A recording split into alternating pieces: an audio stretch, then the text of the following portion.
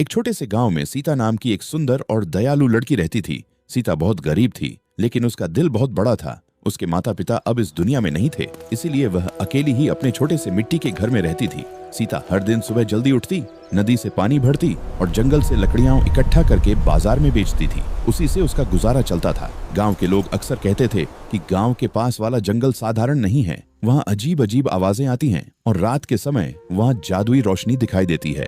इसलिए कोई भी उस जंगल के अंदर जाने की हिम्मत नहीं करता था। लेकिन एक दिन सीता को लकड़ियां ढूंढते ढूंढते जंगल के अंदर बहुत दूर तक जाना पड़ा।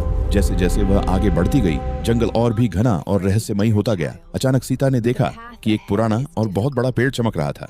जब वह उसके पास पहुंची तो अचानक उस पेड़ से आवाज आई। पेड़ बोला, डरो मत सीता, यह जंगल जादुई है और हम सब यहाँ के रक्षक हैं। सीता ये सुनकर हैरान रह गई।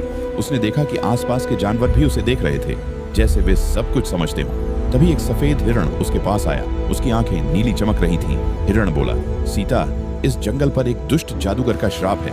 उसने जंगल की जादुई शक्ति को अपने कब्जे में कर लिया है। सीता ने पूछा, मैं क्या कर सकती हूँ? हिरण बोला, जंगल के बीचों बीच एक जादुई पत्थर छुपा हुआ है। अगर कोई सच्चे दिल वाला इंसान उसे छू ले तो यह श्राप टूट सकता है। सीता ने बिना डरे उस पत्थर को ढूंढने का फैसला किया।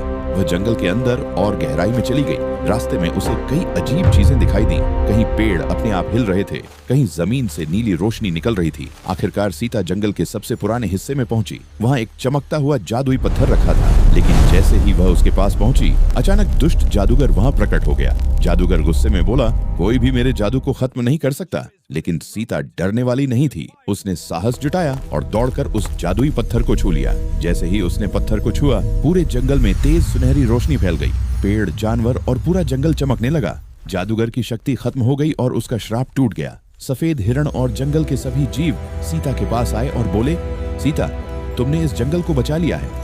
अब यह जंगल हमेशा तुम्हारी रक्षा करेगा। उस दिन के बाद से सीता जब भी जंगल में जाती तो जानवर उसकी मदद करते और उसे कभी कोई परेशानी नहीं होती। सीता का जीवन पहले जैसा गरीब जरूर था, लेकिन अब उसके पास एक जादुई दोस्ती और पूरे जंगल का आशीर्वाद था।